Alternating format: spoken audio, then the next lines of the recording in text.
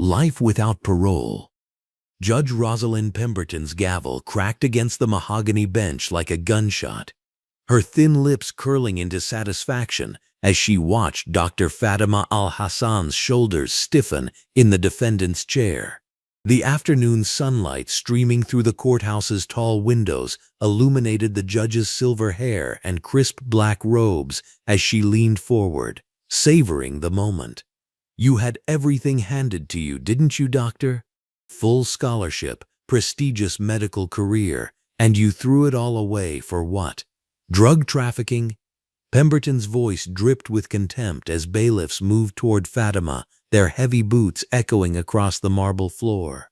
The packed courtroom buzzed with whispers, camera phones capturing every second of what they thought was justice being served.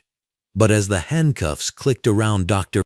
Al-Hassan's wrists, none of them knew that in 6 hours, Judge Pemberton would be begging this same woman to save her daughter's life. Full scholarship, prestigious medical career, and you threw it all away for what?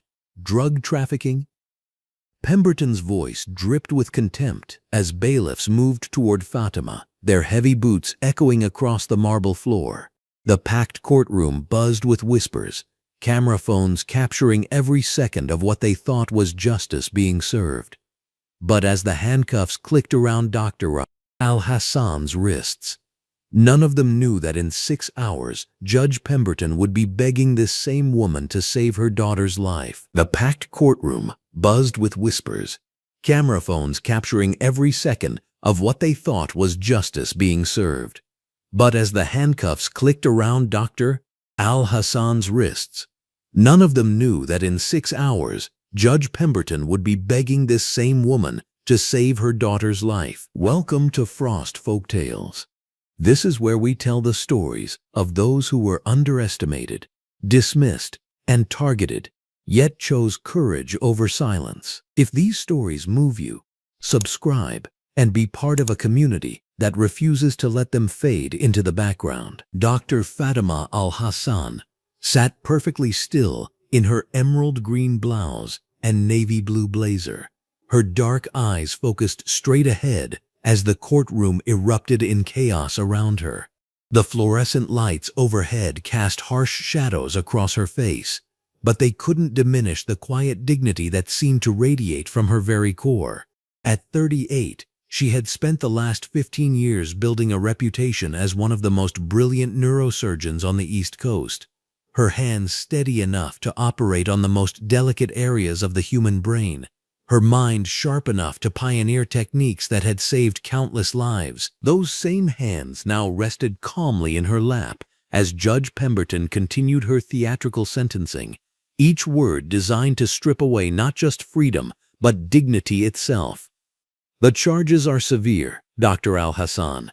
Possession with intent to distribute, trafficking across state lines, conspiracy to distribute controlled substances. The evidence against you is overwhelming."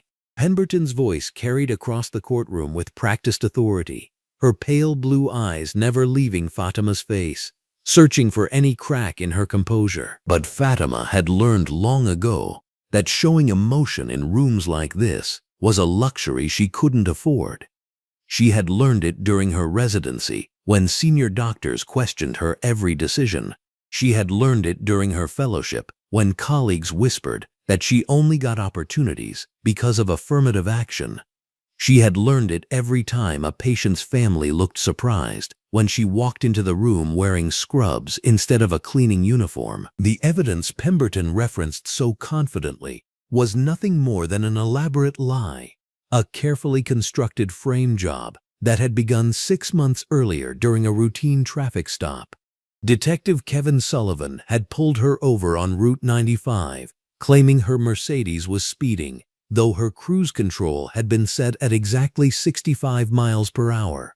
Sullivan was a thick-set man with dead eyes and rough hands that had searched her vehicle with suspicious thoroughness, emerging 20 minutes later with a duffel bag that Fatima had never seen before in her life. Attorney Rachel Goldstein had fought tirelessly to expose the truth, her voice growing hoarse during 3 weeks of testimony as she systematically dismantled the prosecution's case, piece by piece. Rachel was a sharp woman in her 40s, with silver-streaked hair and the kind of fierce intelligence that had made her one of the most respected defense attorneys in the state. "Your Honor," she had argued just an hour earlier, "Dr. Al-Hassan has spent her entire career saving lives. She volunteers at free clinics, provides pro bono surgical consultations, and has never even had a speeding ticket. Are we really to believe that this woman suddenly became a drug kingpin?" The character witnesses had been overwhelming in their support.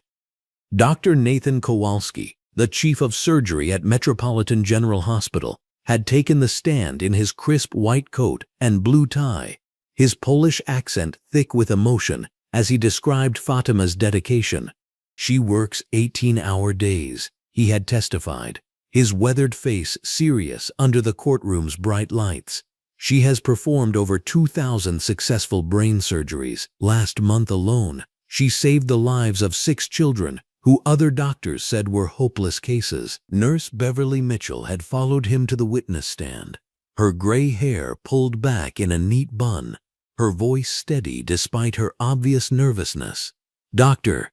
Al-Hassan stayed in the hospital for 72 straight hours to monitor a patient who couldn't afford proper aftercare," Beverly had said, her hands folded in her lap. "She slept in the on-call room and bought the family groceries out of her own pocket.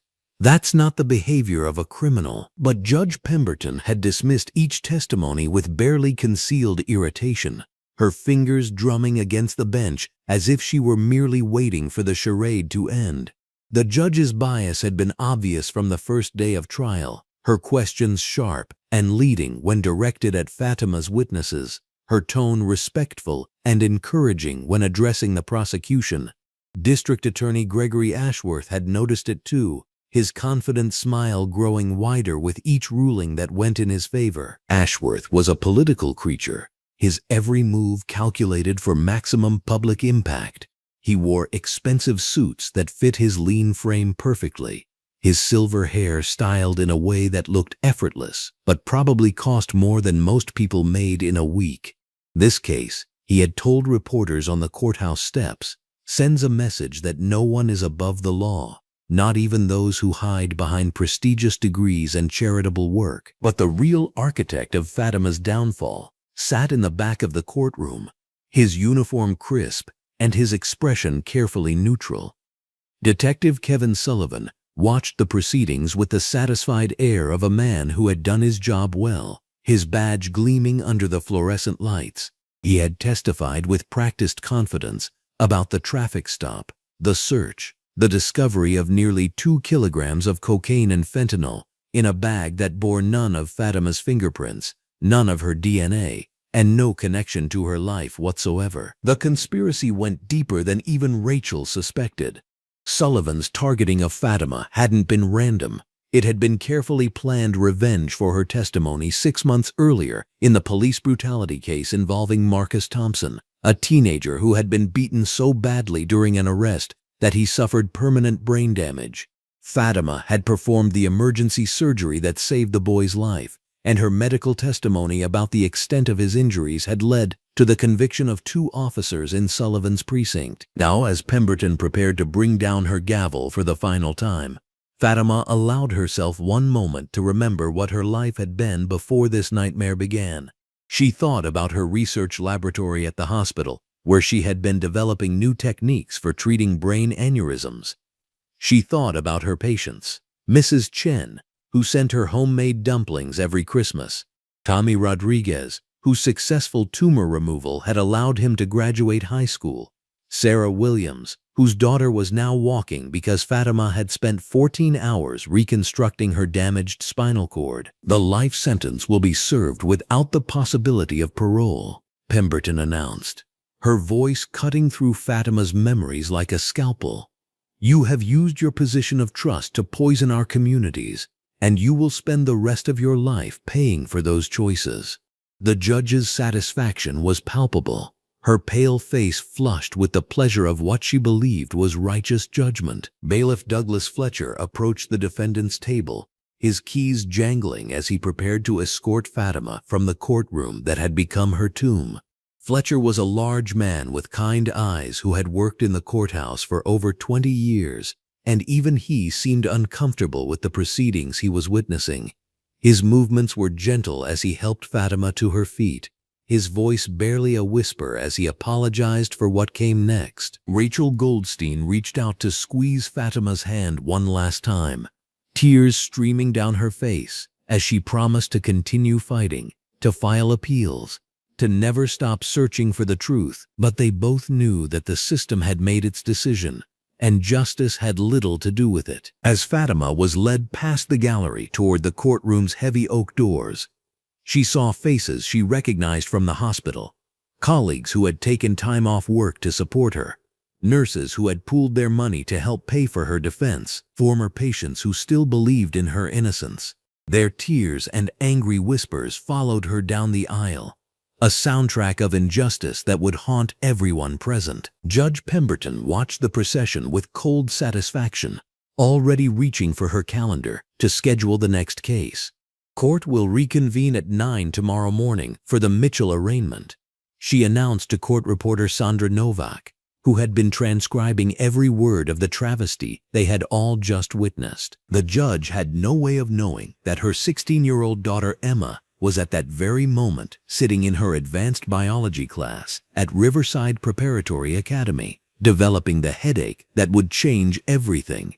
She couldn't see the future that was racing toward her like a freight train, the phone call that would shatter her world, the desperate drive to the hospital, the moment when she would realize that her daughter's life depended on the mercy of the woman she had just destroyed. As the courthouse doors slammed shut behind Dr. Fatima Al-Hassan, Judge Rosalind Pemberton gathered her robes and prepared to go home to celebrate what she believed was a victory for law and order. But fate, it seemed, had other plans entirely. The harsh overhead fluorescent lights of Metropolitan State Penitentiary cast unforgiving shadows across the concrete walls as the transport van pulled through the reinforced gates.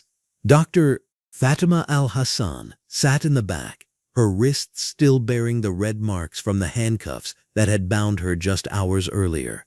The green top and blue jacket she had worn to court now felt like a costume from another life, a life where she had saved patients instead of being branded a criminal. The processing facility buzzed with the mechanical efficiency of a system designed to strip away dignity along with personal belongings. Dr. Fatima Al-Hassan moved through each station with quiet composure, her medical training helping her dissociate from the humiliating procedures. Fingerprints, photographs, cavity searches, each step designed to transform Dr. Fatima Al-Hassan from a respected neurosurgeon into prisoner number 847291. Warden Harriet Sinclair appeared as Dr. Fatima Al-Hassan, finished changing into her orange prison uniform. The middle-aged woman wore a crisp orange top beneath her blue warden's jacket, her graying hair pulled back in a severe bun that matched her no-nonsense expression. But when she saw Dr. Fatima Al-Hassan's face, something shifted in her demeanor. "Dr. Al-Hassan," Warden Sinclair said quietly, her voice carrying an unexpected note of respect. "I know who you are. My mother was one of your patients at the free clinic on Riverside Avenue.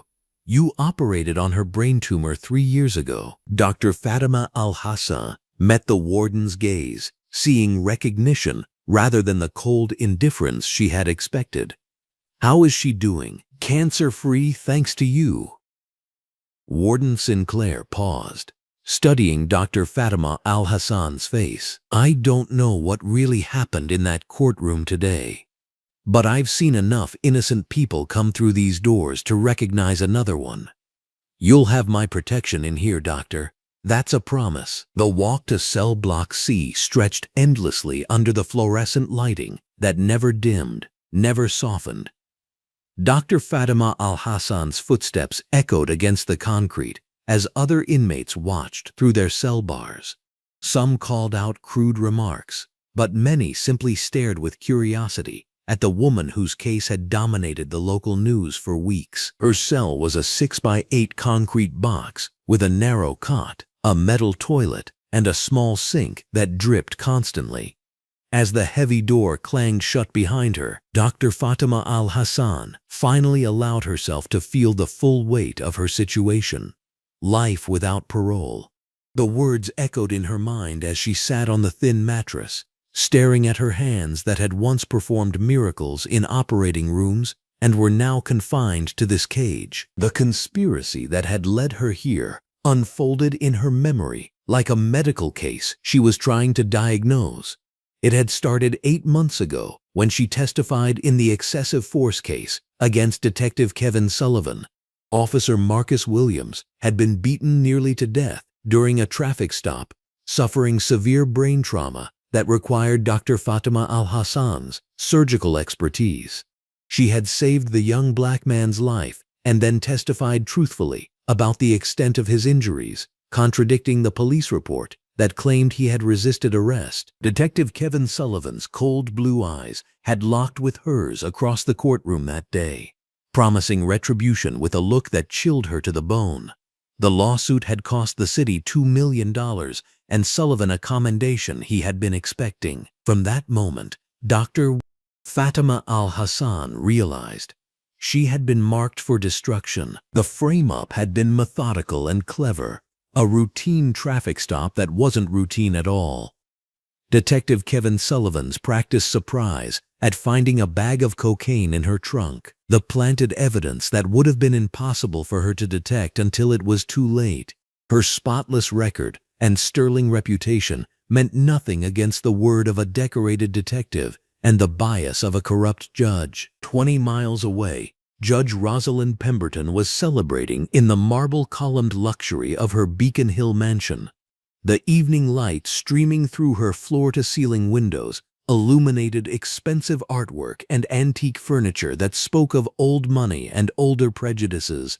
She had changed from her judicial robes into an elegant red silk blouse and tailored black slacks, her silver hair perfectly styled, as she poured herself a glass of Dom Perignon. The crystal glass caught the light as she raised it in a private toast to her own reflection in the ornate mirror above her fireplace. "To cleaning up the streets," she murmured, savoring both the champagne and her sense of accomplishment. In her mind, she had done the city a service by removing Dr. Fatima Al-Hassan from her pedestal. Too many people had looked up to the young surgeon, seeing her as some kind of symbol of what their kind could achieve with enough ambition. Judge Rosalind Pemberton's phone buzzed with a text from District Attorney Gregory Ashworth. "Excellent work today, Rosalind. One less troublemaker to worry about. The foundation donors will be pleased." She smiled as she typed her reply. "My pleasure, Gregory. Dr. Al-Hassan won't be inspiring any more of her people to think they can challenge the system." The Foundation for Metropolitan Excellence was their code name for a network of wealthy donors who funded political campaigns in exchange for favorable rulings and policies. Dr. Byster, Fatima Al-Hassan's free clinics, her vocal advocacy for police reform, and her growing influence in the black community had made her a target worth eliminating. The cocaine in her car had been provided by the same dealers who paid the foundation's members to look the other way. Judge Rosalind Pemberton scrolled through news articles about the sentencing on her tablet, reading comments from outraged supporters of Dr. Fatima Al-Hassan with satisfaction. Let them rage, she thought. Their hero was behind bars where she belonged, and there was nothing they could do about it. Back in her cell, Dr. Fatima Al-Hassan was surprised by a gentle knock on her bars. An elderly black woman in an orange prison uniform stood outside, her weathered face kind despite the harsh lighting. "Dr. Al-Hassan? I'm Dorothy Washington. You saved my grandson's life 2 years ago when he was shot in that drive-by on Martin Luther King Boulevard. Doctors at County General said he wouldn't make it, but you performed surgery for 8 hours straight." Dr. Fatima Al-Hassan remembered the case. 13-year-old Jerome Washington, caught in gang crossfire, A bullet lodged near his brainstem. She had worked through the night to extract it without causing paralysis. How is Jerome doing? On a roll every semester since then. Wants to be a doctor just like you. Dorothy's eyes filled with tears. What they did to you in that courtroom was wrong, doctor. Everyone in here knows it. We got your back. More inmates gathered near her cell as word spread.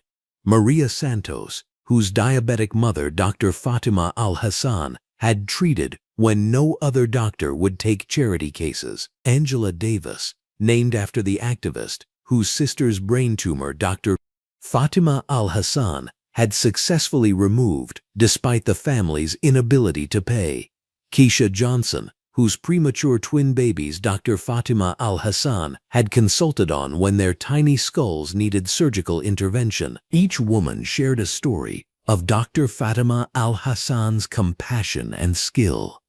Stories of a doctor who saw patients instead of payment schedules, who worked in community clinics on weekends, who testified truthfully even when it meant making powerful enemies. They put you here because you scared them, Dorothy said, her voice carrying the wisdom of someone who had seen decades of systemic injustice.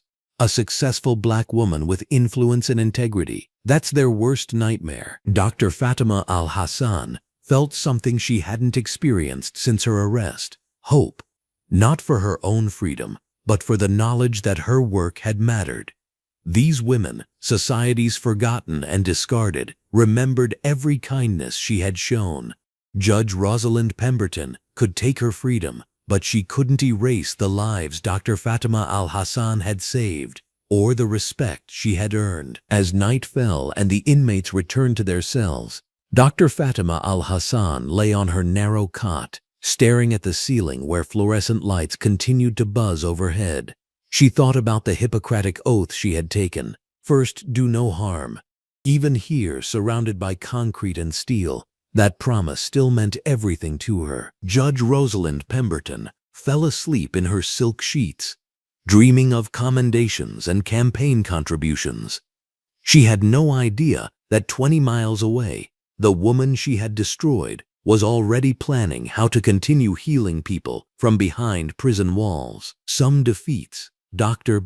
Fatima Al-Hassan realized, were just new ways to serve others. The fluorescent lights hummed their endless tune as both women slept, unaware that fate was already preparing to bring them together in ways neither could imagine.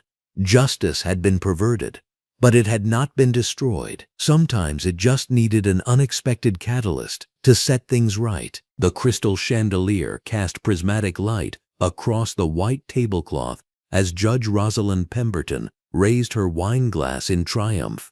The exclusive Metropolitan Club's dining room buzzed with the quiet conversations of the city's elite, their voices mixing with the gentle clink of expensive silverware against fine china.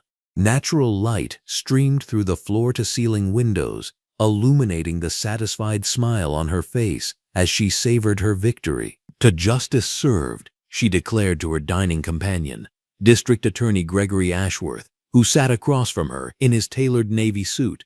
The afternoon sun highlighted the smugness in her expression as she took another sip of the vintage Bordeaux they'd ordered to celebrate. "You handled that beautifully, Rosalind," Gregory said, cutting into his perfectly prepared steak. "That woman needed to be put in her place. These activist doctors think they can testify against our officers and face no consequences. Well, she learned otherwise today." Judge Rosalind Pemberton's red silk blouse caught the light as she leaned back in her chair, basking in the praise. The burgundy fabric complemented her black slacks, and she'd chosen the outfit specifically to project power and authority even outside the courtroom. Everything about this moment felt perfect. The conspiracy had worked flawlessly. Detective Kevin Sullivan had done his job planting the evidence. Gregory had prosecuted with theatrical conviction, and she had delivered the crushing blow that would silence Dr. Fatima Al-Hassan forever. "Life without parole," she mused, swirling the wine in her glass. "I almost gave her the death penalty, but I decided living with the knowledge that she'll never practice medicine again would be more fitting." She'll rot in that cell, knowing her brilliant career is over. The maitre d' approached their table discreetly, his polished shoes silent on the plush carpet. "Judge Pemberton, I apologize for the interruption, but you have an urgent phone call. The caller said it was a medical emergency involving your daughter." Judge Rosalind Pemberton's hand froze halfway to her lips, the wine glass trembling slightly. Emma. Her 16-year-old daughter should be in chemistry class right now at Pemberton Academy, the elite private school where she excelled in every subject. A cold dread began to form in the pit of her stomach, but she forced herself to remain composed. "Thank you, James. I'll take it at the front desk." Her heels clicked urgently across the marble floor as she followed the maître d' to the reception area. The ornate phone felt heavy in her hand as she lifted it to her ear. "This is Judge Pemberton." "Judge Pemberton, this is Dr. Sarah Martinez from Metropolitan General Hospital. Your daughter Emma collapsed during class and was brought to our emergency department. You need to come immediately." The words hit her like physical blows. The elegant dining room seemed to spin around her as she gripped the phone tighter. What happened? Is she conscious? What's wrong with her? She's stable for now, but unconscious. We're running tests to determine the cause. Please come as quickly as possible. Judge Rosalind Pemberton's mind raced as she hung up the phone. Emma had seemed fine that morning, complaining only of a slight headache as she gathered her books for school. She dismissed it as stress from her upcoming advanced placement exams. How could this be happening? Not today. Not when everything was going so perfectly. She rushed back to the table where Gregory was finishing his meal, oblivious to the crisis unfolding. "I have to go. Emma's in the hospital." "What? What happened?" "I don't know yet. She collapsed at school." Judge Rosalind Pemberton grabbed her purse and jacket, her hands shaking as she fumbled for her car keys. The triumph of the morning felt like a distant memory, replaced by a mother's primal fear. The drive to Metropolitan General Hospital passed in a blur of red lights and honking horns as she navigated through downtown traffic with reckless urgency. Every minute felt like an eternity. Emma was her only child, the center of her world, the reason she worked so hard to climb the social and professional ladder. The thought of losing her daughter made everything else seem meaningless. The hospital's emergency department was a stark contrast to the elegant restaurant she'd left behind. Harsh fluorescent lights buzzed overhead, mixing with natural light that streamed through skylights in the modern medical facility. The antiseptic smell and constant beeping of monitors created an atmosphere of controlled chaos as medical staff moved efficiently between curtained treatment areas. Judge Rosalind Pemberton approached the nurse's station, still wearing her red blouse and black slacks, though now they felt inappropriate for the sterile medical environment. "I'm Judge Rosalind Pemberton. My daughter Emma was brought in." The nurse, a young woman in teal scrubs, checked her computer screen. "Room 7. Dr. Martinez is with her now." Judge Rosalind Pemberton's heart pounded as she followed the directions through the maze of medical equipment and busy staff members. The bright overhead lighting cast everything in sharp relief, making the urgency of the situation feel even more intense. She pushed through the curtain to find her daughter lying motionless on the hospital bed. Emma looked so small and fragile against the white sheets, her vibrant personality completely absent. The red hospital gown she wore seemed to emphasize how pale her skin had become. Monitors beeped steadily around her bed, their digital displays showing numbers that meant nothing to Judge Rosalind Pemberton, but everything to the medical team surrounding her daughter. "Mrs. Pemberton," Dr. Martinez approached, a middle-aged Latina woman whose tired eyes reflected the gravity of the situation. "I'm glad you're here. We've completed our initial scans and I need to discuss Emma's condition with you." "What's wrong with her?" Judge Rosalind Pemberton moved to her daughter's bedside, taking Emma's limp hand in hers. The skin felt cool and unresponsive. "Emma has suffered a massive brain aneurysm. It's a weakened area in one of the blood vessels in her brain. that has ballooned and ruptured. The bleeding has created dangerous pressure inside her skull. The words seem to echo in Judge Rosalind Pemberton's mind without fully registering. Brain aneurysm, ruptured, dangerous pressure. Each term felt like another nail in a coffin she couldn't accept was being built. But she's only 16. She's healthy. She plays tennis. She gets straight A's. How is this possible? Aneurysms can occur at any age, though they're rare in teenagers. Sometimes they're congenital, present from birth but not symptomatic until they rupture. The important thing now is that Emma needs surgery immediately. As if summoned by their conversation, an elderly Asian woman approached the bed. Her gray hair was pulled back in a professional bun, and she wore the blue jacket that designated her as a senior attending physician. The natural light from the skylights overhead illuminated the concern in her weathered features. "Judge Pemberton, I'm Dr. Vivian Cheng, the head of neurosurgery here at Metropolitan General. Dr. Martinez asked me to consult on your daughter's case." Judge Rosalind Pemberton studied the older woman's face, searching for reassurance that she didn't find. "You can fix this, right?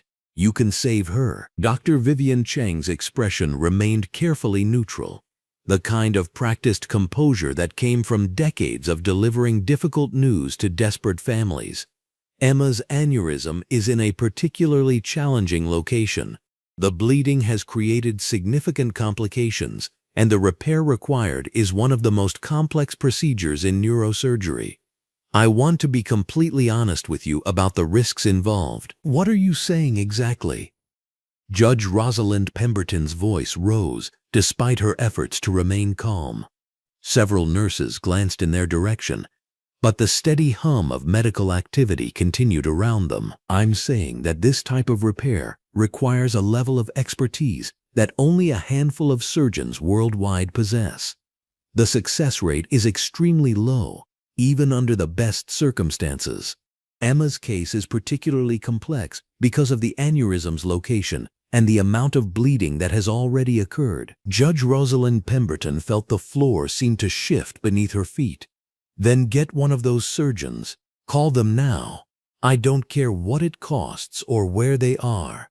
Get them here immediately." Dr. Vivian Cheng nodded, understanding. "I've already begun making calls. Dr. Robert Chen in Boston is in surgery and won't be available for 12 hours. Dr. Amanda Foster in Los Angeles can't travel due to her own medical issues.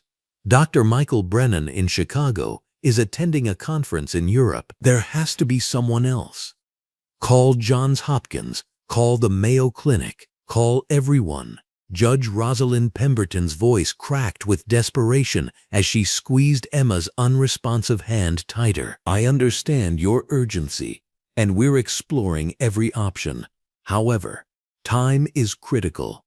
Emma's brain is swelling from the bleeding, and we have perhaps 6 to 8 hours before the damage becomes irreversible.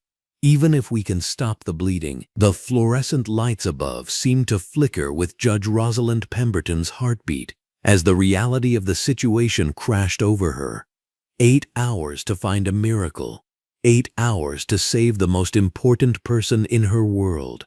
The irony wasn't lost on her that this morning she had held the power of life and death over another human being, passing judgment with casual cruelty.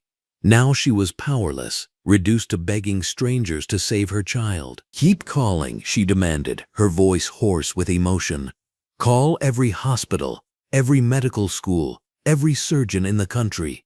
Someone has to be able to help her." Dr. Vivian Cheng's expression softened with sympathy. "We will continue our search, Judge Pemberton. I promise you that we won't give up. But I need you to understand the severity of the situation so that you can prepare yourself for all possibilities." Judge Rosalind Pemberton stared down at her daughter's peaceful face, so different from the animated teenager who had rushed out the door that morning complaining about her headache. Emma's dreams of attending Harvard Medical School, her plans to change the world, her bright future, all of it hung in the balance while Judge Rosalind Pemberton stood helplessly by her bedside. The beeping of the monitors seemed to grow louder in the silence that followed, each electronic pulse a reminder that time was slipping away. Somewhere in this city, perhaps even in this very hospital, the answer to her prayers might exist. But with each passing minute, Judge Rosalind Pemberton felt her daughter's chances diminishing and her own world crumbling around the edges of a mother's worst nightmare. The harsh fluorescent lights of Metropolitan General Hospital's intensive care unit cast an unforgiving glow across Judge Rosalind Pemberton's face as she stood beside her daughter's bed. Emma lay motionless, connected to a web of monitors and machines that beeped with mechanical precision. The natural light streaming through the tall windows did nothing to soften the stark reality of the situation. Her 16-year-old daughter, who had been laughing with friends at school just hours ago, now fought for her life against an enemy invisible to the naked eye. Dr. Vivian Cheng, an elderly physician whose blue jacket bore the weight of decades of medical experience, adjusted her glasses as she studied Emma's latest brain scans on the illuminated viewing panel. The lines etched deep around her eyes spoke of countless difficult conversations, but Judge Rosalind Pemberton could see something different in her expression today, something that made her stomach clench with dread. "Doctor, you said there might be other options," Judge Rosalind Pemberton pressed, her voice cracking slightly. Her red silk blouse, which she had chosen that morning to celebrate her courtroom victory, now felt like a costume from another lifetime. "Surely someone else can perform this surgery. What about Dr. Martinez from Johns Hopkins? Or that specialist from Mayo Clinic?" Dr. Vivian Cheng removed her glasses and cleaned them slowly, a gesture that Judge Rosalind Pemberton was beginning to recognize as a stalling tactic. The older woman's shoulders sagged slightly as she turned away from the scans to face the desperate mother. "Mrs. Pemberton, I've been practicing neurosurgery for 37 years. Dr. Vivian Cheng began, her voice gentle but firm. "I've seen procedures that seemed impossible become routine, and I've witnessed miracles that defied medical explanation. But Emma's aneurysm is located in one of the most delicate regions of the brain. The arteriovenous malformation has created a situation that requires not just skill, but true artistry." Judge Rosalind Pemberton felt her hands beginning to shake. The monitors continued their relentless beeping, each sound a reminder that time was slipping away. "There has to be someone, anyone. I don't care what it costs." "This isn't about money," Dr. Vivian Cheng replied softly. "This is about expertise that can't be bought. The procedure Emma needs, the microsurgical repair of a deep-seated cerebral aneurysm with concurrent AVM resection, has only been successfully performed by a handful of surgeons worldwide." The words hit Judge Rosalind Pemberton like physical blows. She gripped the metal railing of Emma's bed, her knuckles white against the cold steel. "Then call them, all of them. I don't care if we have to fly someone in from across the world." Dr. Vivian Cheng's expression grew even more grave. "I already have. Dr. Martinez is in emergency surgery for the next 12 hours. The specialist from Mayo Clinic suffered a stroke last month and is still recovering. The surgeon from Mount Sinai attempted this procedure twice and lost both patients. Emma doesn't have time for second best, and frankly, I won't risk her life on anything less than absolute expertise." Judge Rosalind Pemberton felt the room spinning around her. The bright hospital lights seemed to blur together, creating a kaleidoscope of panic in her vision. "Then what are you telling me? That my daughter is going to die because no one can save her?" "I'm not saying that," Dr. Vivian Cheng said quietly. "But I need you to understand the gravity of the situation. There is one surgeon who could perform this procedure. Someone who has not only mastered the technique, but actually pioneered several of the approaches we would need to use." Hope flared in Judge Rosalind Pemberton's chest like a match struck in darkness. "Who? Where are they? Can we get them here?" Dr. Vivian Cheng hesitated, her weathered hands clasping and unclasping in front of her blue jacket. "The surgeon I'm referring to is Dr. Fatima Al-Hassan," She's published extensively on this exact type of aneurysm repair. Her success rate is unprecedented, and her innovative microsurgical techniques have saved dozens of patients who were considered inoperable. The name hit Judge Rosalind Pemberton like a sledgehammer to the chest. For a moment she couldn't breathe, couldn't think, couldn't process the impossibility of what she had just heard. The fluorescent lights above seemed to flicker, or perhaps it was her vision failing as the full weight of cosmic irony crashed down upon her. "No," she whispered, the word barely audible above the mechanical symphony of Emma's life support systems. "No, that's not possible." Dr. Vivian Cheng frowned, clearly confused by Judge Rosalind Pemberton's reaction. "I understand this is overwhelming, but Dr. Al-Hassan truly is our best option.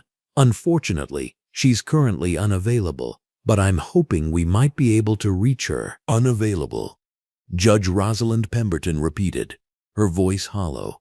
The word tasted like ashes in her mouth. She knew exactly how unavailable Dr. Fatima Al-Hassan was. She had personally ensured it with the swing of her gavel just hours before. "Do you know Dr. Al-Hassan?" Dr. Vivian Cheng asked, noting the strange pallor that had overtaken Judge Rosalind Pemberton's face. Judge Rosalind Pemberton's legs felt weak, and she reached for a nearby chair, sinking into it as if her bones had suddenly turned to water. The red fabric of her blouse seemed to mock her now, a scarlet reminder of the blood on her hands. "Where exactly is Dr. Al-Hassan?" she managed to ask. "That's the frustrating part," Dr. Vivian Cheng replied, shaking her head. "I've been trying to reach her all afternoon, but her office says she's dealing with a personal emergency. Her surgical coordinator mentioned something about legal troubles, but they were very vague. It's completely out of character for her to be unreachable during a medical crisis." Judge Rosalind Pemberton closed her eyes, and behind her eyelids, she saw Dr. Fatima Al-Hassan's face as the bailiff had led her away in handcuffs. The dignity in those dark eyes, the quiet grace with which she had accepted an unjust sentence.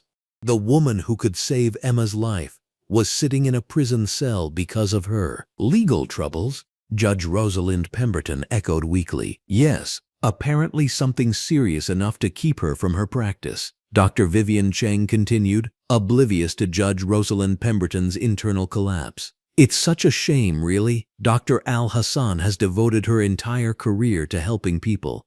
She's performed countless surgeries pro bono, particularly for underserved communities. I can't imagine what kind of legal issue could be serious enough to sideline someone of her caliber." Each word was another twist of the knife in Judge Rosalind Pemberton's conscience.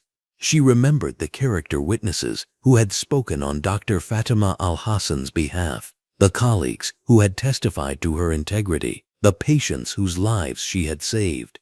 Judge Rosalind Pemberton had dismissed them all, choosing instead to believe the fabricated evidence that painted this healing angel as a criminal. "Dr. Cheng," Judge Rosalind Pemberton said, her voice barely above a whisper, "if we could locate Dr. Al-Hassan, if we could bring her here, how quickly could she operate?" Dr. Vivian Cheng consulted her watch, and Judge Rosalind Pemberton noticed how the fluorescent lights caught the concern in her eyes. "Emma's condition is deteriorating rapidly. The pressure in her brain is increasing despite our interventions.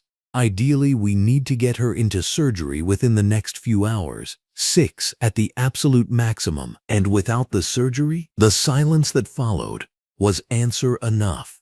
Dr. Vivian Cheng's expression said what her words could not. Emma would die, and it would be Judge Rosalind Pemberton's fault in more ways than she could have ever imagined. "Dr. Cheng, I need to make some phone calls," Judge Rosalind Pemberton said, standing on unsteady legs. "Is there somewhere private I can go?" "Of course. You can use the family consultation room down the hall. But Mrs. Pemberton, I have to ask, do you have some way of contacting Dr. Al-Hassan? Because if you do, Emma's life may depend on it." Judge Rosalind Pemberton looked back at her daughter, whose peaceful face gave no indication of the battle raging inside her young brain. Emma's red hospital gown seemed to glow under the harsh lights, a color that now reminded Judge Rosalind Pemberton of blood, of guilt, of the consequences of her own prejudice and corruption. "I may have a way to reach her," Judge Rosalind Pemberton said, each word feeling like broken glass in her throat. "But Dr. Cheng, there are complications you need to understand. Dr. Al-Hassan's legal troubles, they're more serious than you know." Dr. Vivian Cheng's eyebrows rose in concern. What kind of complications? Judge Rosalind Pemberton felt the full weight of her actions pressing down on her like a physical force. The bright hospital lights seemed to expose every shadow of her soul, every corner where she had hidden her racism and ambition, the kind that may make it impossible for her to help us, even if she wanted to. As she walked toward the consultation room, Judge Rosalind Pemberton felt as though she were walking toward her own judgment day. The woman she had condemned to life in prison was the only person who could save her daughter's life. The irony was so complete, so devastatingly perfect, that it almost seemed like divine intervention. Behind her, the monitors continued their mechanical vigil over Emma's failing body, counting down the minutes until Judge Rosalind Pemberton would have to confront the magnitude of her mistakes and somehow find a way to undo the irreversible. The harsh fluorescent lights of the state penitentiary's visiting room cast everything in stark, unforgiving brightness. The overhead lighting mixed with natural daylight streaming through reinforced windows created an atmosphere where nothing could hide, where every emotion played out in brutal clarity. Dr. Fatima Al-Hassan sat at the metal table in her orange prison uniform, her posture straight despite the circumstances, maintaining the dignity that had defined her throughout her distinguished career. The heavy door opened with a mechanical click, and Judge Rosalind Pemberton entered. Gone were the imposing black robes of judicial authority. Instead, she wore a red blouse that seemed to amplify her distress, the color highlighting the pallor of her face and the tremor in her hands. Her usually perfectly styled hair was disheveled, and her makeup showed signs of hurried application over tear-stained cheeks. Dr. Fatima Al-Hassan looked up as her former judge approached, her dark eyes steady and unreadable. The woman who had sentenced her to life in prison just hours earlier now stood before her as a desperate mother, stripped of all pretense and power. The role reversal was so complete, so dramatic, that it seemed like something from a fever dream. Judge Rosalind Pemberton hesitated at the table, her hand gripping the back of the metal chair as if it were the only thing keeping her upright. Her mouth opened, then closed, words failing her completely. How do you ask for help from someone whose life you've just destroyed? How do you bridge the chasm of injustice you've created with a simple request? Judge Pemberton, Dr. Fatima Al-Hassan said quietly, her voice carrying none of the deference typically shown to judicial authority. "This is unexpected." The simple words seemed to break something inside Judge Rosalind Pemberton. She collapsed into the chair across from Dr. Fatima Al-Hassan, her composed judicial mask finally cracking completely. "My daughter," she whispered, her voice barely audible under the humming fluorescent lights. "Emma. She's at Metropolitan General. She has a brain aneurysm." Dr. Fatima Al-Hassan's expression didn't change, but something flickered in her eyes. Medical training was deeply ingrained, an automatic response to human suffering that transcended personal grievances. "I'm sorry to hear that," she said carefully. Judge Rosalind Pemberton leaned forward desperately. "They say she needs surgery immediately, a complex procedure. The doctors, they all say the same thing." Her voice broke. "They say there's only one surgeon who can save her life." The weight of the unspoken truth hung between them in the bright visiting room. Dr. Fatima Al-Hassan understood immediately why Judge Rosalind Pemberton was here, why the woman who had shown such callous disregard for justice was now sitting across from her with tears streaming down her face. "You," Judge Rosalind Pemberton whispered, "they say you're the only one who can perform this surgery. The technique you developed, the research you've done. Without you, Emma will die. Dr. Fatima Al-Hassan sat back in her chair, processing the cruel irony of the situation. The universe had delivered a twist so profound, so dramatically perfect, that it defied belief. "Let me understand this correctly," she said, her voice measured and clinical. "You sentenced me to life in prison for crimes I didn't commit, and now you want me to save your daughter's life?" Judge Rosalind Pemberton flinched as if struck. "I know how this looks. I know what I've done to you. But please, she's just a child. She's innocent in all of this, and I was innocent too." Dr. Fatima Al-Hassan replied, her voice gaining strength. "But that didn't matter to you, did it? When I stood in your courtroom, when my lawyer presented evidence of my character, when colleagues testified about my dedication to helping others, you dismissed it all. You saw what you wanted to see." The fluorescent lights buzzed overhead as silence stretched between them. Judge Rosalind Pemberton's hands shook as she wiped tears from her face, smearing her makeup further. "You're right. I was wrong. I was so terribly wrong." "Wrong?" Dr. Fatima Al-Hassan's composure cracked slightly, revealing the pain beneath. "I dedicated my life to saving people. I worked in underserved communities, provided free care to those who couldn't afford it. I testified against police brutality because I took an oath to do no harm. And for that, you sentenced me to die in prison." Judge Rosalind Pemberton's sobs echoed in the stark visiting room. I know what I've done. The corruption, the prejudice, the way I let my biases cloud my judgment.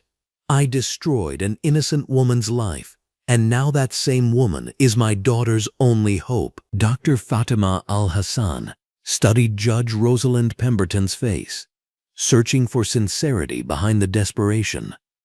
"Tell me about Emma's condition. What exactly are the symptoms? When did the aneurysm rupture?" Despite her emotional state, Judge Rosalind Pemberton recognized the shift in Dr. Fatima Al-Hassan's tone. The surgeon was emerging, the healer who couldn't ignore suffering, even when it belonged to her enemy's family. "She collapsed at school around noon. They said it was a massive hemorrhage in her brain. The aneurysm is in a location that makes surgery extremely dangerous." "Which vessel?" Dr. Fatima Al-Hassan asked, her medical training taking over despite the circumstances. "The anterior communicating artery," they said. Dr. Cheng explained that you pioneered a technique for this specific type of repair. "Emma's been unconscious for hours. They said without surgery, she'll die before morning." Dr. Fatima Al-Hassan closed her eyes, visualizing the complex procedure.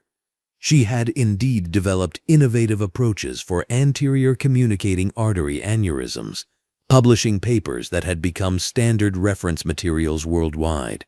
The technique required precise microsurgical skills and years of specialized experience. "Even if I agreed to help," Dr. Fatima Al-Hassan said slowly, "how would that work? I'm a convicted felon now. I can't practice medicine. No hospital would allow me to operate." Judge Rosalind Pemberton leaned forward desperately. "There has to be a way. Emergency privileges, some kind of exception. I'll call the governor, the medical board, anyone who can make this happen. The same system that convicted me an innocent woman is now supposed to trust me to save a life?" Dr. Fatima Al-Hassan shook her head. The irony is overwhelming. The visiting room door opened, and Warden Harriet Sinclair entered, her middle-aged frame clothed in an orange top and blue jacket that marked her authority within these walls.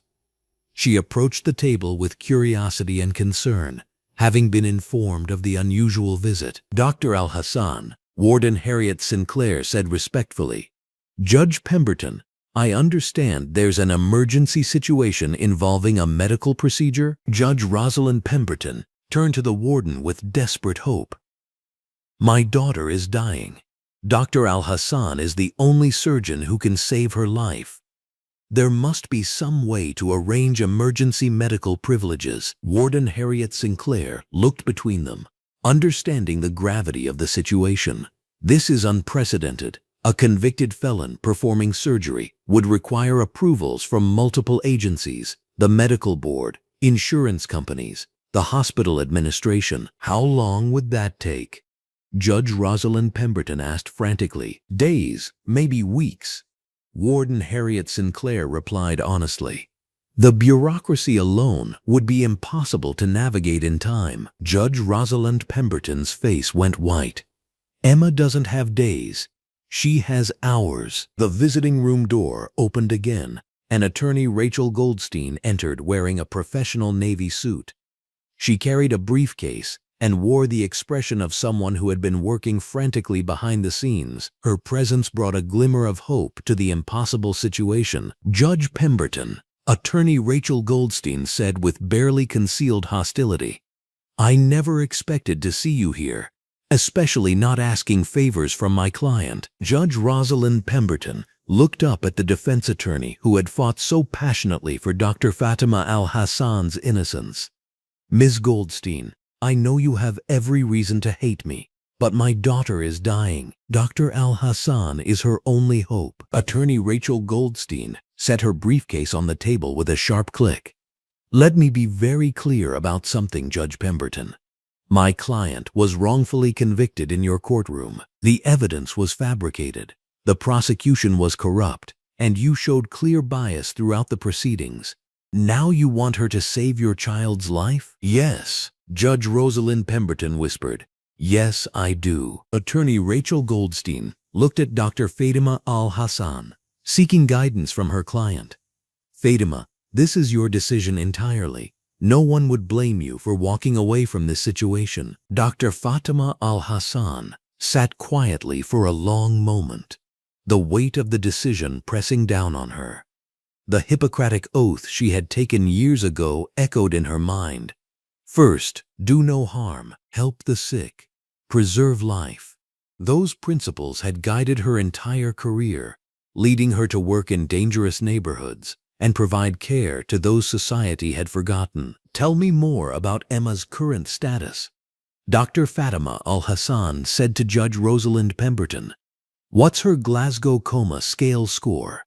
Has there been any deterioration in her neurological function? Judge Rosalind Pemberton struggled to remember the medical details through her panic.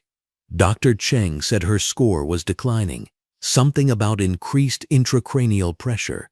They're trying to manage it with medications, but she said it's only buying time. Dr. Fatima Al-Hassan nodded grimly.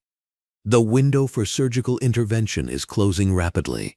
Even if we could overcome the legal obstacles, transportation time, surgical preparation, it would be cutting it extremely close. But it's possible? Judge Rosalind Pemberton asked with desperate hope. Medically, yes. The procedure I developed has a high success rate for this type of aneurysm, but the circumstances are unlike anything I've ever encountered. Operating while technically a prisoner, with all the stress and complications that brings. Attorney Rachel Goldstein opened her briefcase and pulled out legal documents. I've been researching emergency medical exceptions. There are provisions for humanitarian situations, cases where someone's specialized skills are needed to prevent loss of life. It would require multiple waivers and approvals, but theoretically, it could be done. Warden Harriet Sinclair studied the documents. The liability issues alone are staggering. If something goes wrong during surgery, who's responsible? The hospital, the prison system, the state. My daughter is going to die without this surgery, Judge Rosalind Pemberton said, her voice breaking completely. I don't care about liability or bureaucracy. I just want her to live. Dr. Fatima Al-Hassan looked at the woman who had destroyed her life, now completely broken and vulnerable. The balance of power had shifted so dramatically that it seemed like cosmic justice. Yet as she watched Judge Rosalind Pemberton's desperation, she felt no satisfaction, only the familiar call to heal. If I agree to this, Dr. Fatima Al-Hassan said slowly, I have conditions. Judge Rosalind Pemberton nodded eagerly. Anything. Name it. First, Attorney Goldstein documents everything. Every conversation, every admission, every detail of how this conviction was achieved.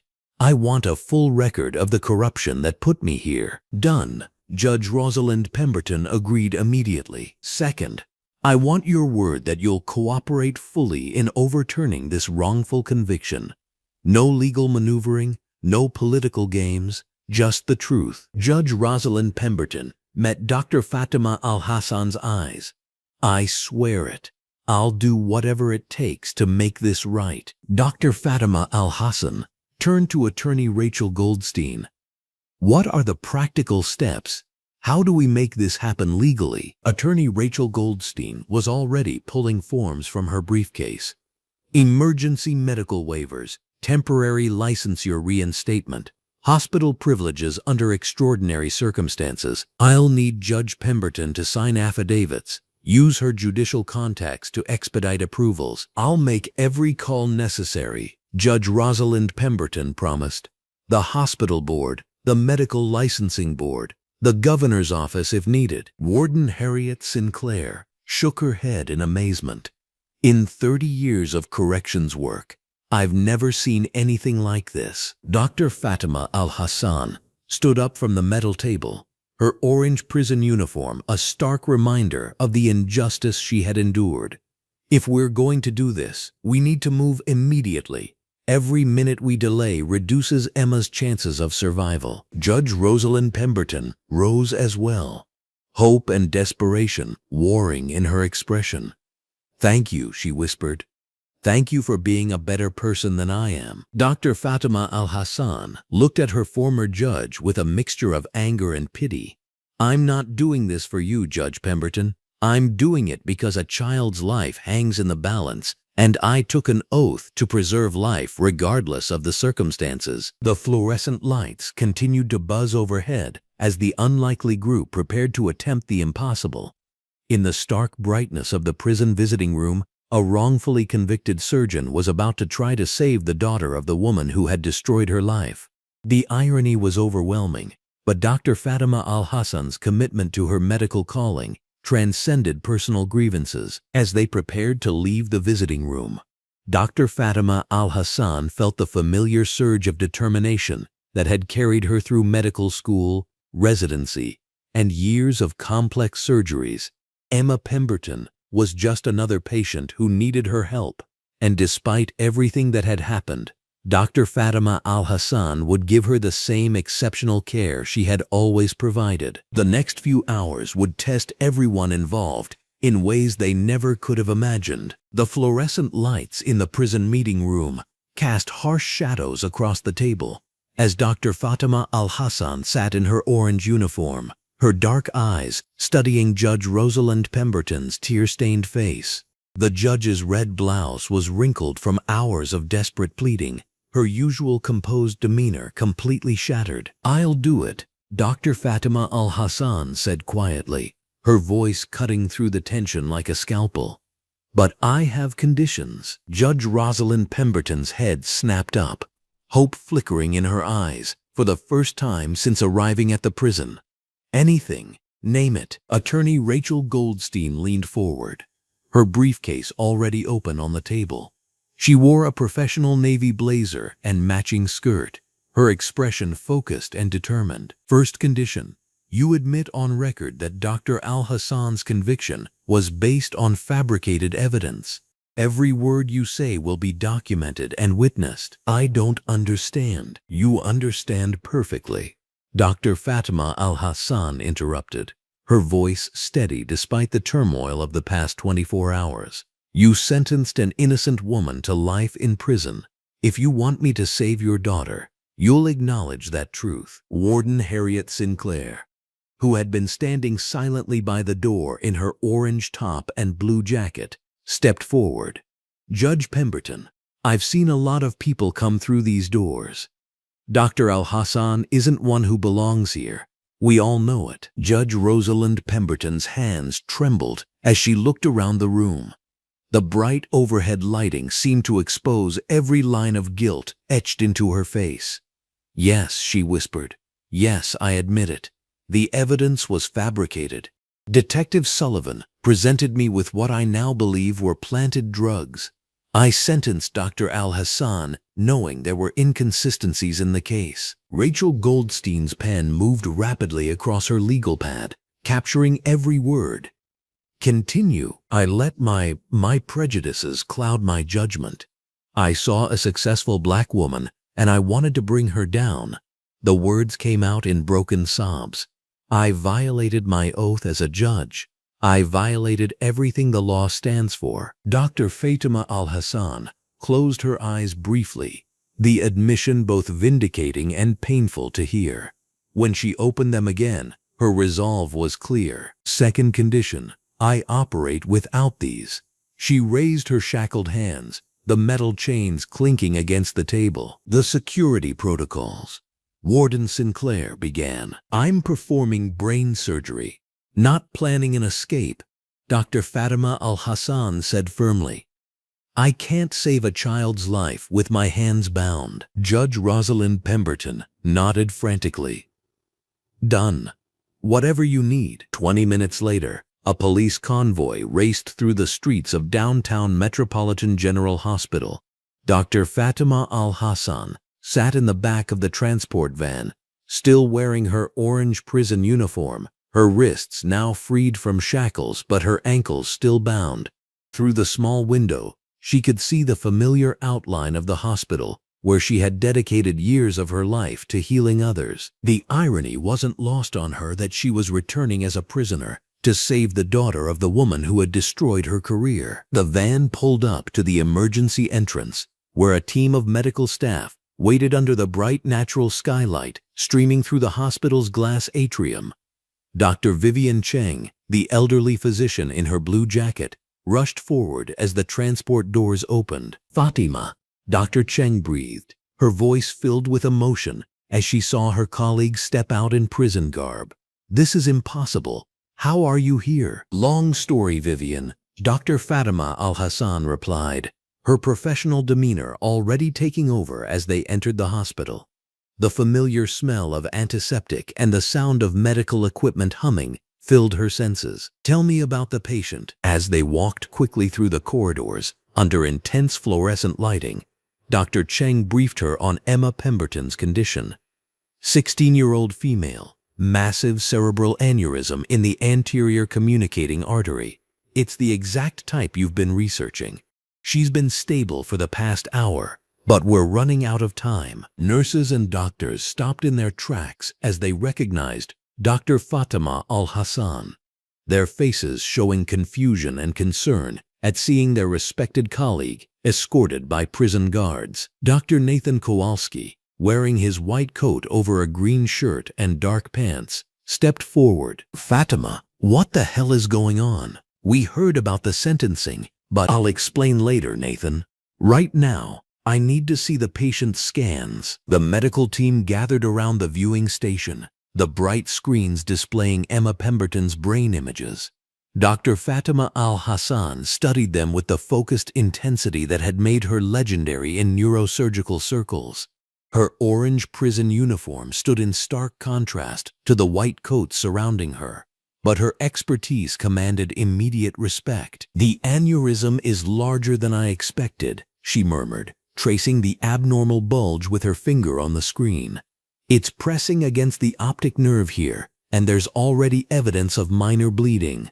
We need to operate immediately." Judge Rosalind Pemberton appeared at the edge of the group, her red blouse now complemented by a matching jacket she had grabbed from her car. Her face was pale as she approached Dr. Fatima Al-Hassan. "Doctor, please tell me you can save her." Dr. Fatima Al-Hassan turned to face the woman who had sentenced her to life in prison just hours earlier. The room fell silent as the two women locked eyes. "I can try, but you need to understand, this is one of the most complex procedures in neurosurgery. Even under ideal conditions, the success rate is only 60%. And under these conditions," Dr. Fatima Al-Hassan gestured to her prison uniform and the guards flanking her. "I've never operated while being treated as a criminal, but I took an oath to do no harm and to heal when I can. That oath doesn't disappear because of what you did to me." 30 minutes later, Dr. Fatima Al-Hassan stood in the surgical preparation area, finally freed from her ankle restraints. She had changed into green scrubs and was methodically scrubbing her hands under the bright lights. In the mirror above the sink, she could see Judge Rosalind Pemberton watching from the hallway, escorted by hospital security to keep her at a distance. Nurse Beverly Mitchell, a veteran surgical nurse in her blue scrubs, approached carefully. "Dr. Al-Hassan, I just want you to know, none of us believe what they're saying about you. We've worked with you for years. We know who you are." Dr. Fatima Al-Hassan nodded gratefully. "Thank you, Beverly. That means more than you know." As she entered operating room 3, the intense fluorescent lighting and familiar array of surgical instruments greeted her like old friends. The surgical team was already assembled, their faces showing a mixture of professional focus and personal concern for their colleague's situation. Emma Pemberton lay unconscious on the operating table, her young face peaceful despite the life-threatening condition ravaging her brain. She wore a standard hospital gown in pale blue, her blonde hair partially shaved and prepped for surgery. Dr. Fatima Al-Hassan approached the table, her trained eyes already assessing the patient. For a moment, she saw not the daughter of her tormentor, but simply a 16-year-old girl whose life hung in the balance. "Let's begin," she announced, her voice steady and authoritative. Through the observation window above, Judge Rosalind Pemberton pressed her hands against the glass, watching as Dr. Fatima Al-Hassan positioned herself at her daughter's head. The judge's red jacket seemed to glow under the harsh lighting as she witnessed the woman she had wronged preparing to save what mattered most to her in the world. As Dr. Fatima Al-Hassan made the first incision, her mind flashed back to her early days in medical school. She remembered the long hours studying anatomy, the pressure of her first surgery, the moment she decided to specialize in neurosurgery because of its potential to change lives in the most dramatic ways. She remembered her mentor, Dr. James Crawford, an elderly black surgeon who had paved the way for doctors like her. "Surgery isn't just about skill, Fatima," he had told her during her residency. "It's about maintaining your humanity while holding someone's life in your hands." The irony of those words struck her now as she carefully navigated through Emma Pemberton's skull, her movements precise despite the emotional weight of the situation. "Pressure's dropping," announced the anesthesiologist, his voice tense. Dr. Fatima Al-Hassan didn't look up from her work. "Increase the vasopressors. She's bleeding more than expected." The surgical team moved with practiced efficiency, each member playing their crucial role in the life-or-death drama unfolding under the bright lights. Dr. Fatima Al-Hassan's hands moved with the confidence of someone who had performed this procedure dozens of times, but never under circumstances like these. As she approached the aneurysm itself, a bubble of weakened blood vessel that could burst at any moment, she felt the familiar surge of adrenaline that came with the most critical moments of surgery. One wrong move, one slip of her instruments, and Emma Pemberton would die on the table. Above in the observation deck, Judge Rosalind Pemberton watched in fascination and terror as Dr. Fatima Al-Hassan worked to save her daughter's life. For the first time, she truly understood the skill and dedication of the woman she had sent to prison. Every movement was deliberate, every decision made with years of training and experience guiding her hands. "Clamp," Dr. Fatima Al-Hassan called out, and Nurse Mitchell immediately placed the tiny surgical instrument in her palm. The room held its collective breath as Dr. Fatima Al-Hassan carefully positioned the clip that would seal off the aneurysm, preventing it from rupturing while maintaining blood flow to the surrounding brain tissue. It was a procedure that required not just technical skill, but an almost artistic touch. "There," she whispered as the clip locked into place. "That should hold." But even as she spoke, The monitors began beeping frantically. Emma Pemberton's blood pressure was spiking, and fluid was building up in her brain. "We've got increased intracranial pressure," the anesthesiologist announced urgently. Dr. Fatima Al-Hassan's jaw tightened as she assessed the complication. This was exactly the kind of unexpected challenge that separated good surgeons from great ones. Operating under normal circumstances, she would have had access to the latest equipment and complete support from her team. But nothing about this situation was normal. "I need a ventricular drain," she said calmly, already calculating her next moves. "We're going to have to relieve the pressure manually." As she worked to address the complication, her mind remained focused solely on the patient before her. The prison uniform she had worn into the hospital, the unjust conviction, even the woman watching desperately from above. None of it mattered now. There was only the surgery, the patient, and her commitment to preserving life. The clock on the operating room wall showed that 3 hours had passed since the first incision.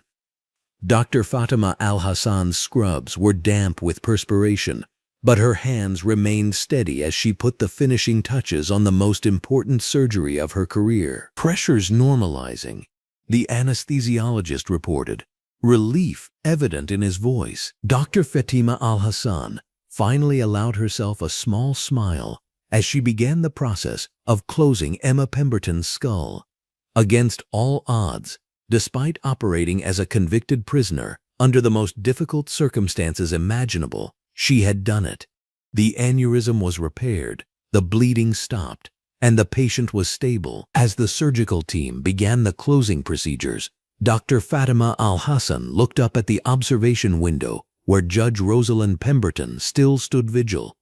Their eyes met through the glass, and in that moment, both women understood that everything had changed. The surgery was complete, but the real reckoning was just beginning. The operating room blazed under the intense fluorescent lights, every surface gleaming white and sterile as Dr. Fatima Al-Hassan worked with laser precision over Emma Pemberton's exposed brain. Her gloved hands moved with the steady confidence of years of training, despite the shackles that had been removed only moments before surgery began. The aneurysm bulged dangerously against the delicate tissue, a ticking time bomb that required absolute focus and unmatched skill to defuse. "Suction," Dr. Fatima Al-Hassan requested calmly, her voice betraying none of the emotional turmoil she had endured over the past 24 hours. The surgical nurse immediately complied, clearing the microscopic field of view. Every movement was deliberate, every decision critical, as she navigated the treacherous landscape of blood vessels and neural pathways that could determine whether Emma Pemberton would live or die. Above in the observation deck, Judge Rosalind Pemberton pressed her face against the glass, her red blouse wrinkled from hours of anxious waiting. The woman who had sat so smugly on her bench just hours earlier now looked haggard and desperate, watching the steady hands of the surgeon she had wrongfully condemned work to save her daughter's life. The irony was not lost on the medical staff, who whispered among themselves about the unprecedented situation unfolding before their eyes. "Microforceps," Dr. Fatima Al-Hassan called out, extending her hand without looking away from the surgical site. The aneurysm pulsed rhythmically, each heartbeat threatening to rupture the weakened vessel wall. She had performed this procedure countless times, but never under such extraordinary circumstances, never while wearing prison shackles just hours before, never while saving the child of the woman who had destroyed her life. The operating room doors suddenly burst open, flooding the sterile environment with natural daylight from the hospital corridor. Attorney Rachel Goldstein rushed in, still wearing her professional Navy suit, her face flushed with excitement and disbelief. She was quickly stopped by security, but not before she called out urgently to the surgical team. "Dr. Al-Hassan has been vindicated. Detective Sullivan has been arrested." The announcement rippled through the operating room like an electric shock. Several nurses gasped, while the anesthesiologist looked up from his monitors in surprise. "But Dr. Fatima Al-Hassan never wavered, never lifted her eyes from Emma Pemberton's brain, never allowed the momentous news to disturb her concentration. Her training had taught her that in the operating room, nothing existed except the patient and the procedure. "Clip applicator," she requested, with the same calm professionalism, as if she hadn't just heard that her innocence had been proven while she fought to save her accuser's daughter. Rachel Goldstein was escorted to the observation deck where Judge Rosalind Pemberton stood frozen in shock. The attorney's hands shook as she unfolded the legal documents that would change everything. The overhead fluorescent lights cast harsh shadows across the papers as she began to read the devastating revelations that had emerged in the past hour. Detective Kevin Sullivan was arrested 1 hour ago on federal charges of evidence tampering, drug trafficking, and conspiracy, Rachel announced, her voice carrying through the observation room's intercom system. "He's confessed to planting the drugs in Dr. Al-Hassan's vehicle on direct orders from District Attorney Gregory Ashworth." Judge Rosalind Pemberton's legs nearly gave out beneath her.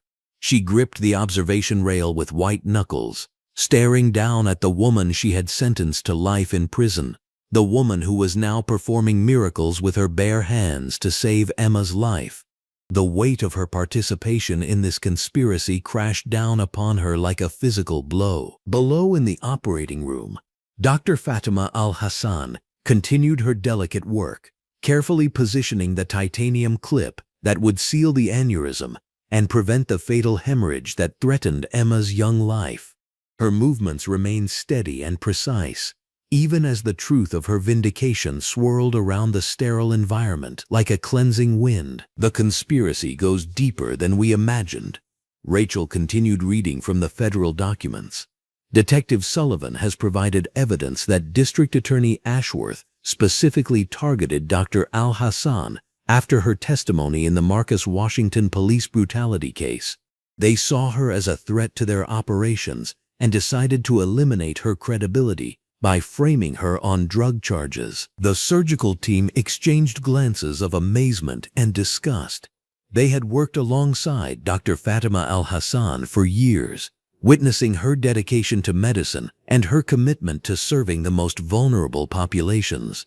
The idea that she could be involved in drug trafficking had never made sense to any of them, but they had been forced to accept the court's judgment. "Perfect placement," Dr. Fatima Al-Hassan murmured to herself as she successfully positioned the clip across the aneurysm's neck.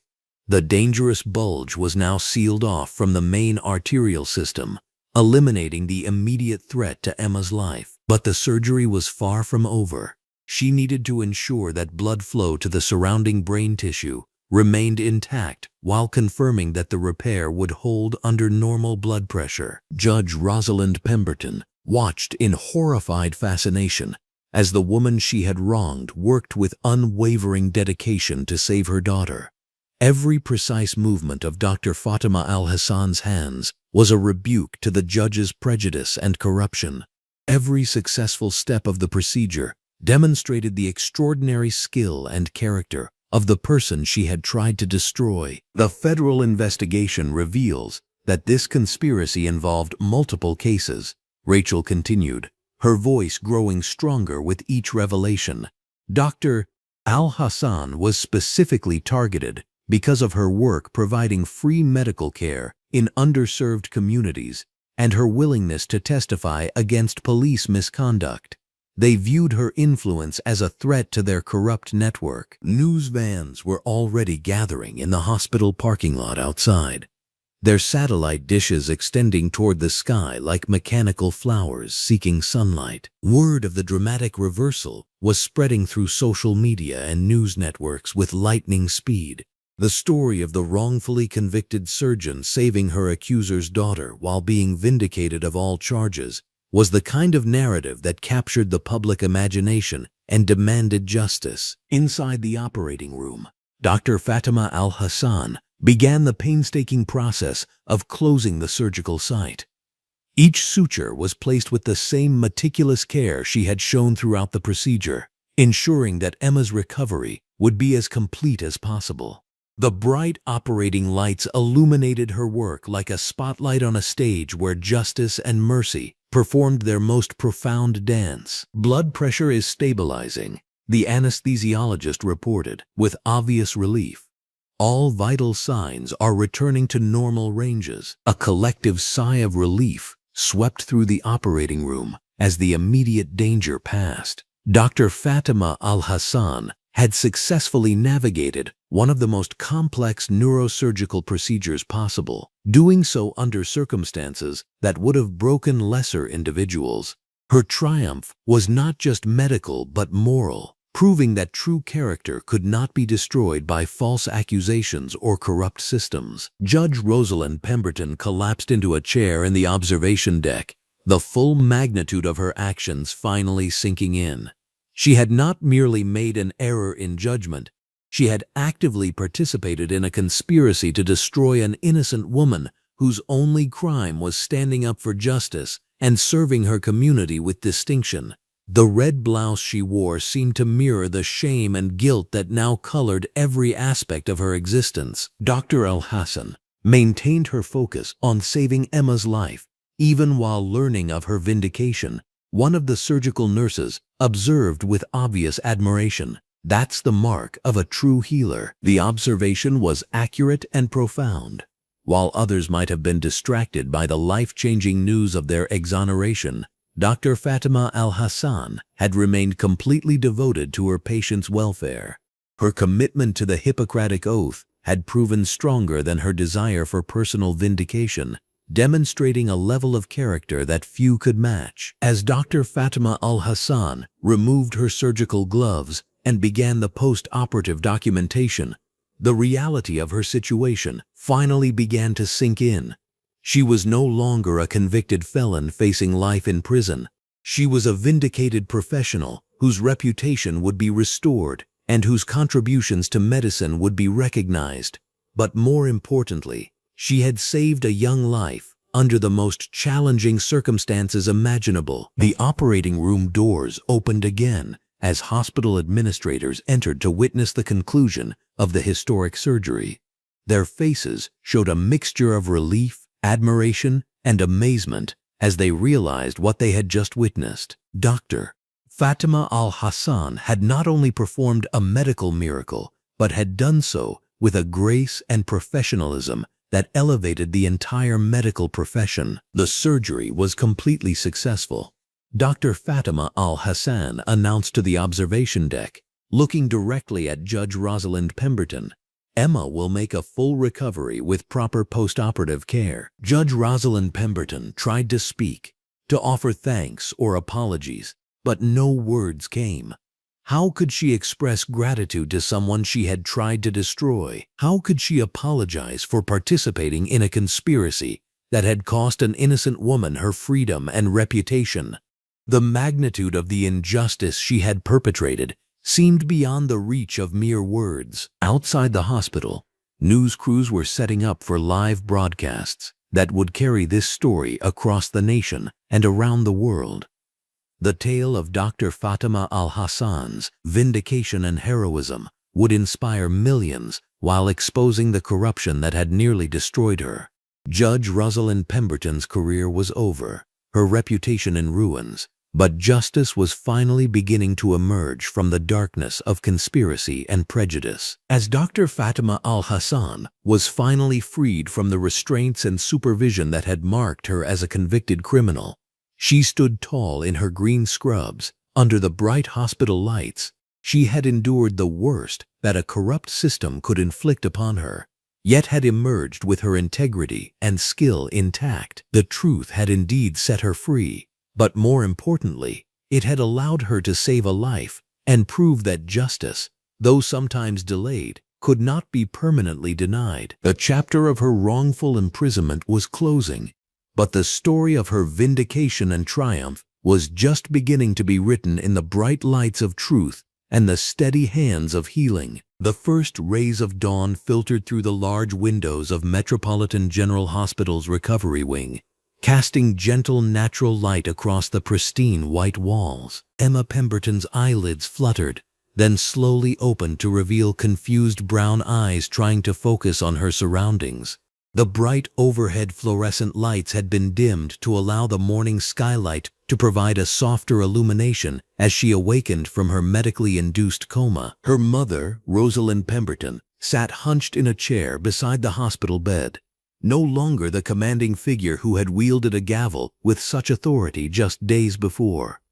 Gone were the imposing black judicial robes that had made her seem larger than life. Instead, she wore a simple red dress that seemed to diminish her presence, making her appear smaller, more vulnerable, more human. Dark circles under her eyes spoke of sleepless nights spent watching her daughter's chest rise and fall with each precious breath. "Mom?" Emma's voice came out as barely a whisper, dry and raspy from the breathing tube that had been removed hours earlier. Rosalind's head snapped up, tears immediately springing to her eyes. "Emma! Oh, sweetheart, you're awake." She reached for her daughter's hand, gripping it gently as if afraid she might break. "How do you feel?" "My head hurts," Emma murmured, trying to lift her hand to touch the surgical site, but finding her movements still sluggish. "What happened to me?" Before Rosalind could answer, there was a soft knock at the door. Dr. Fatima Al-Hassan entered the room wearing her familiar green scrubs and blue jacket, her medical bag in hand. The natural skylight streaming through the windows seemed to illuminate her with an almost ethereal glow, highlighting the quiet strength in her posture and the compassionate intelligence in her dark eyes. Rosalind tensed as the woman she had wronged so terribly approached her daughter's bedside. Just 48 hours ago, she had sentenced this brilliant surgeon to life in prison. Now Dr. Fatima Al-Hassan stood free, vindicated, and responsible for saving the most precious thing in Rosalind's world. "Good morning, Emma," Dr. Al-Hassan said softly, her voice carrying the warm professionalism that had made her beloved by patients and colleagues alike. "I'm Dr. Fatima Al-Hassan. I performed your surgery. How are you feeling?" Emma blinked slowly, trying to process the information. "Surgery? I don't remember." "You had a brain aneurysm," Dr. Al-Hassan explained gently, pulling out a small penlight to check Emma's pupils. "A blood vessel in your brain was damaged and bleeding. We were able to repair it, but you've been unconscious for 2 days while your brain healed." As Dr. Al-Hassan conducted her examination with practiced efficiency, checking Emma's reflexes, cognitive responses, and motor functions, Rosalind watched in fascination and growing shame. Every movement spoke of years of training, dedication, and genuine care for her patients. This was the woman she had dismissed as a criminal, whose life she had destroyed with a single swing of her gavel. "Your recovery is progressing beautifully," Dr. Al-Hassan said, making notes on Emma's chart. "The swelling has gone down significantly, and all your neurological responses are normal. You should make a full recovery." Emma smiled weakly. "Thank you, Dr. Al-Hassan. My mom told me you saved my life." Dr. Al-Hassan's eyes briefly met Rosalind's across the hospital bed. In that moment, the weight of everything that had transpired hung heavy in the air between them. "I'm just glad we were able to help," she said simply. As Dr. Al-Hassan finished her examination and prepared to leave, Rosalind stood abruptly. "Doctor, could I speak with you privately for a moment?" Dr. Al-Hassan paused, studying the woman who had sentenced her to life imprisonment. After a long moment, she nodded. "Emma, I'll be back to check on you this evening. Rest now." The two women stepped into the bright hospital corridor, where the overhead fluorescent lights and natural daylight from tall windows created an almost stark honesty. Nurses and doctors moved purposefully through the halls, and several nodded respectfully to Dr. Al-Hassan as they passed, their faces showing genuine happiness at her return. Rosalind struggled to find words, her hands trembling as she faced the magnitude of what she needed to say. "Dr. Al-Hassan, I I don't know how to begin to apologize for what I did to you." "You don't," Dr. Al-Hassan replied quietly, her voice steady but not unkind. "But I have to try," Rosalind continued, tears beginning to flow down her cheeks. "I let my prejudices, my corruption, my willingness to be part of a system that targeted you because you dared to speak truth to power. I nearly destroyed an innocent woman's life, and in doing so, I almost lost my own daughter." Dr. Al-Hassan listened without interruption as Rosalind's composure completely crumbled. "I spent my entire career believing I was serving justice, but I was just serving my own biases and the corrupt system that benefited people like me. You are everything I should have aspired to be. Your dedication to healing, to serving your community, to standing up for what's right, even when it cost you everything." "Judge Pemberton," Dr. Al-Hassan said softly. "Former judge," Rosalind corrected, wiping her eyes. "I submitted my resignation this morning. It's the least I can do." Dr. Al-Hassan was quiet for a long moment, looking out through one of the tall windows where the morning sun painted everything in golden light. "I won't lie and say what you did didn't hurt me deeply. Being torn away from my patients, my research, my life's work because of lies and prejudice, it nearly broke me." Rosalind's shoulders shook with silent sobs. "But," Dr. Al-Hassan continued, "I took an oath to do no harm, to preserve life whenever possible. That oath doesn't come with conditions about whose life deserves saving. Your daughter needed help, and I was able to provide it. That's what matters." "How can you forgive me?" Rosalind whispered. "How can you show such grace to someone who showed you none?" Dr. Al-Hassan turned to face her fully.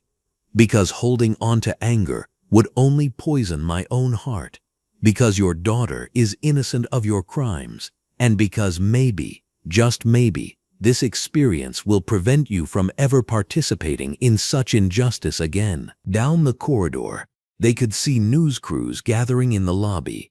Word had gotten out about Dr. Al-Hassan's vindication, Detective Kevin Sullivan's arrest, and the dramatic circumstances that had led to the truth coming to light. "The media is calling you a hero," Rosalind said, glancing toward the reporters. "I'm not a hero," Dr. Al-Hassan replied. "I'm just a doctor who did her job. The real heroes are people like my attorney Rachel Goldstein, who never stopped fighting for the truth, and whistleblowers who risk everything to expose corruption." As if summoned by their conversation, Rachel Goldstein appeared at the end of the corridor, her arms full of legal documents and her face beaming with triumph. She approached them wearing her professional Navy suit, her confidence restored after days of fighting an uphill battle against a corrupt system. "Fatima," she called out, "the FBI wants to meet with you this afternoon. They're building cases against everyone involved in the conspiracy. Detective Sullivan is cooperating fully, and District Attorney Ashworth has been arrested on federal corruption charges." Dr. Al-Hassan nodded, unsurprised by the news. "What about the other cases they may have corrupted?" "That's exactly what they want to discuss with you. Your case has opened the door to reviewing hundreds of potentially wrongful convictions. The entire system is being investigated." Rosalind listened to this exchange with a growing sense of the scope of her complicity. She hadn't just wronged one innocent woman.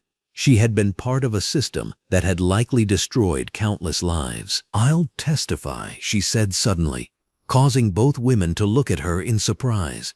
"Against Sullivan, against Ashworth, against anyone who was part of this. I'll tell the truth about everything I know." Rachel studied her carefully. "That could mean criminal charges for you as well." "Good," Rosalind replied firmly. "I deserve whatever consequences come from my actions." Dr. Al-Hassan looked at her with something approaching respect. "That's the first step toward real justice." 3 hours later, Dr. Al-Hassan stood in the conference room where she had been welcomed back by Metropolitan General Hospital's board of directors. The room was bright with natural skylight streaming through large windows, and her colleagues sat around the polished table wearing expressions of admiration and relief. Dr. Nathan Kowalski, who had testified on her behalf during the trial, stood and began applauding. Soon the entire room was on their feet, giving her a standing ovation that spoke to the respect and affection her peers held for her. Dr. Al-Hassan, said the chief of staff, an elderly man in a blue jacket, "We want to formally apologize for not doing more to support you during this ordeal. We should have fought harder." "Thank you," Dr. Al-Hassan replied graciously. "But looking backward won't help anyone. I want to look forward, to use this experience to create positive change." She outlined her vision for a foundation that would provide legal assistance to wrongfully convicted individuals, particularly those from underserved communities who lacked resources to fight corrupt systems. The room listened intently as she described partnerships with legal aid organizations, medical professionals who could provide expert testimony, and advocacy groups working for criminal justice reform. "I want to turn this trauma into transformation," she explained. "Not just for me, but for everyone who has been failed by a system that was supposed to protect them." By evening, as Dr. Al-Hassan made her final rounds, she stopped by Emma's room once more. The teenager was sitting up in bed, looking much stronger, with her mother beside her, reading from a book. "How are you feeling, Emma?" Dr. Al-Hassan asked, checking the monitors that showed all normal readings. "Much better, thank you," Emma replied. "Dr. Al-Hassan, can I ask you something?" "Of course. My mom told me what she did to you, how wrong she was. I can't believe you still saved my life after that." Dr. Al-Hassan sat on the edge of the bed, her voice gentle but firm. "Emma, you are not responsible for your mother's actions, just as I am not defined by what others do to me. What matters is how we choose to respond, how we choose to treat each other going forward." Emma nodded thoughtfully. "I want to help somehow. With your foundation, I mean. When I'm better, I want to volunteer, to help other people who have been treated unfairly." "I would be honored to have your help," Dr. Al-Hassan replied, smiling genuinely for the first time in days. As she prepared to leave, Rosalind walked her to the door. "Dr. Al-Hassan, I know I can never undo what I did, but I want you to know that I will spend whatever time I have left trying to make amends. The best amends you can make is to ensure this never happens to anyone else." Dr. Al-Hassan replied, "Use your knowledge of the system to help fix it." "I will," Rosalind promised. "I swear to you, I will." 6 months later, the Fatima Al-Hassan Foundation for Justice had helped overturn 12 wrongful convictions and was providing legal assistance to dozens more cases. Emma Pemberton, fully recovered from her surgery, had become one of the foundation's most dedicated young volunteers, using her story to illustrate how prejudice and corruption hurt everyone, including those who think they benefit from it. Dr. Al-Hassan returned to her surgical practice, but now her work extended far beyond the operating room. She had become a powerful voice for justice reform, speaking at conferences and working with legislators to create systemic changes that would prevent future wrongful convictions. The corruption that had nearly destroyed her life had been exposed and dismantled, but more importantly, it had been transformed into a force for positive change that would protect countless others from the same injustice. In the end, justice had been restored not just for Dr. Fatima Al-Hassan, but for everyone who would benefit from the changes her courage and grace had set in motion. You just heard a story that history tried to overlook. If it stayed with you, take a second to stand with it. Subscribe, share, and help us keep telling the stories that deserve light, not silence.